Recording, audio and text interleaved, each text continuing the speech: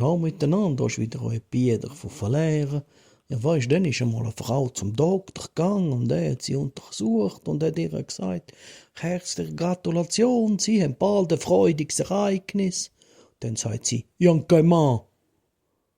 Ja, dann hat er gesagt, ja, dann herzlichen Glückwunsch Ihrem Verlobten. Ja, kein Verlobten.